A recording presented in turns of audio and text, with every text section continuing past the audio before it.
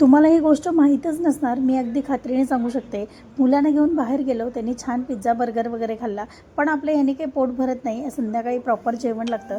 पण आता सगळा स्वयंपाक करत बसल्यापेक्षा म्हटलं असं छान सुटसुटीत काहीतरी करावं, म्हणून हा सगळा बेत केला.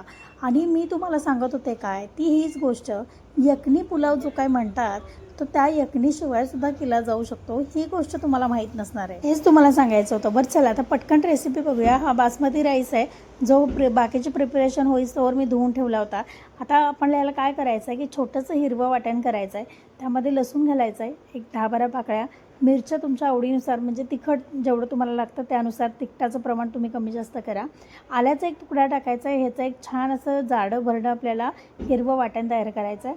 वाटाणे आहेत, हे फ्रोझन वाटाणे आहेत, म्हणजे गेल्या वर्षी मी ठेवले होते सीझनमध्ये. ते आता काढून थोडे पाण्यामध्ये ठेवले होते, आता नॉर्मलाईज झालेत. कोथिंबीर टाकली आहे त्यामध्ये, थोडा खडा मसाला आहे. एवढंच काही ते साहित्य आहे आणि खूप सुंदर हा राईस तयार होतो. चला हे वाटण तर वाटून घेतलं आहे मी.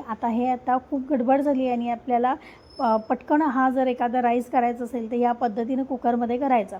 तेल छान गरम झालं आहे. थोडंसं मी तूप टाकलं होतं. तूप वरून पण टाकायचं, त्यामुळे तुमच्या आवडीनुसार तेलातसुद्धा तुम्ही करू शकता, तूप नसेल आवडत तर. तेल छान गरम झालं, मी त्यामध्ये खडे मसाले टाकले. मग आता कांदा टाकला. कांदा तुम्हाला माहिती आहे खूप सुंदर असा गोल्डन कलरवर भाजून घ्यायचा असतो, तेव्हा त्यामध्ये मीठ टाकलं होतं. मीठ टाकल्यानंतर त्यामध्ये आता आपण हिरवं वाटण टाकूया. कांदा बघा थोडासा असा लालसर होत आला आहे आणि आता ही हिरवं वाटण टाकल्यानंतर आपण परत कांदा व्यवस्थित भाजून घ्यायचा.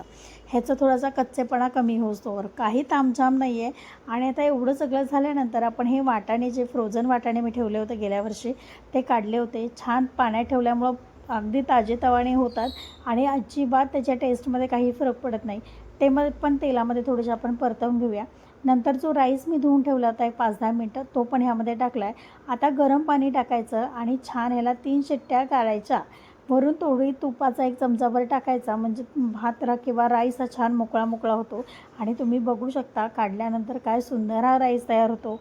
नक्की करून आणि मला कमेंटमध्ये नक्की सांगा. गडबडीत होणारे असे सगळे छान छान प्रकार आपण करणार आहोत.